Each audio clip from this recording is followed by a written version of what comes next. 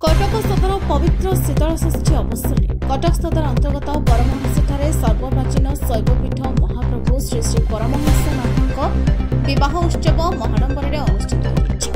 चैत शुक्लपक्ष पंचमी तिथि शनिवार दिन महाप्रभु श्री हंसनाथ पारंपरिक रीति अनुसार माता पार्वती को पाणी ग्रहण करथिले। वरपिता भावे श्रीयुक्त प्रसन्न पंडा कन्या पिता वृंदावन दास उपस्थित रही विवाह कार्य संपन्न करथिले।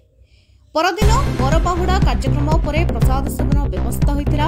परमहंसनाथ देव ट्रस्ट बोर्ड निर्वाही अधिकारी श्रीयुक्त प्रसन्न मल सभ्य जगन्नाथ पंडा शुभम साहू बाबुनाथ सुशील दले सेवायत ब्रह्मपति काशीनाथ पति जन्मजय पतिका सह जोगरे आयोजित भव्य आध्यात्मिक कार्यक्रम में बहु श्रद्धालु विवाह कार्य देवदंपति दर्शन सह आशीर्वाद लाभ। कटक सदर अफसर अली रिपोर्ट आभा चुड़सा।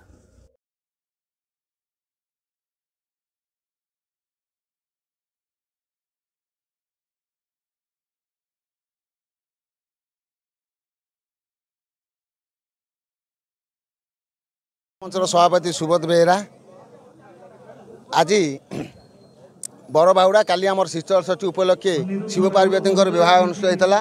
से परिप्रेक्षी में आज बरबाहुड़ा कार्यक्रम आज आमर मंदिर ट्रस्ट तरफ आयोजन करा जायछि। शिव पार्वती गाँव में प्रशासन सहित आज गाँव में बुलवे एवं प्रसाद सेवन होती।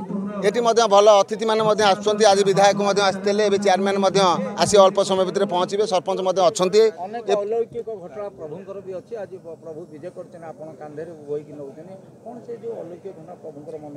निश्चिंत आगु आम छोट बड़े जानी परमहंसनाथ जो मानसिक जो माने भक्त मैंने जो मानसिक करती स्पेसिफिक जार पिला छुआ न हुए से जो मानसिक करती आज यही शीतलषष्ठी एवं बरबाहुड़ा जी मानसिक करती से सफल हुए बोली समस्त श्रद्धालु मैंने कहती आम छोट बड़े शुणुचु। ये मानसिकटा हूँ सफल मानसिक। तेणुक आज दिन को आम समस्त धूमधाम पालन करूँ कारण ठाकुर से महिमा आम मानक टाणी आनी।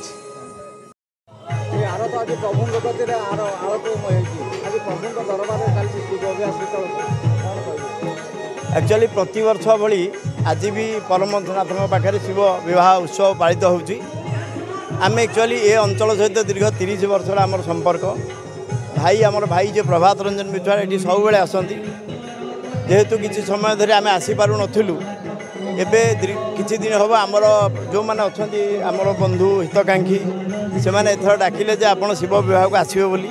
ये उत्सव गोटे महान उत्सव तेणु ये आज से निमंत्रण आसी दर्शन करी आपण मान सहित टे समस्त सहित देखा कर जीवी बोली ये प्रार्थना। ये अंचलवासी जो मैंने आस प्रभु बाबू समस्त मंगल कामना कर समस्त सुखर रुहतु समस्त सब सुख साम्राज्य बढ़ी रो यही कामना।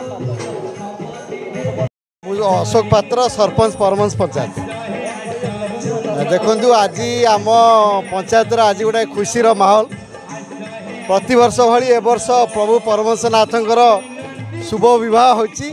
काली प्रभुंकर बाहागर होइतिला आज प्रभुंकर होची भर बाहुड़ा।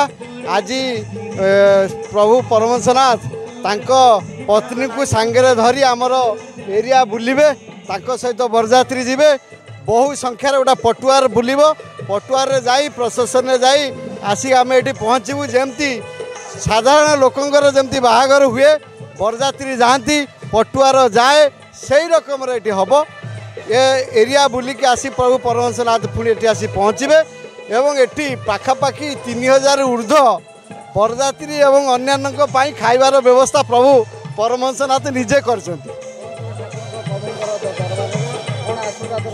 देखु आज्ञा आमर प्रभु परमहंसनाथ होती विश्वर ठाकुर ये समस्त को घंट घोड़े रखिंट। ये अंचल जदि आज डेवलपमेंट होती प्रभु परमहंसनाथ जुगुर मु आज ये पवित्र दिन में प्रभु परमहंसनाथ पाखे प्रार्थना करुच्ची प्रभु आपण सेमती आम अंचलवासी की घंट घोड़े रखि था आम जमी भल कम करूँ भल कर्म करी आगामी दिन में आपणकर जमी आपणकर चरण सेवा करुच्ची से दास होगी रहू।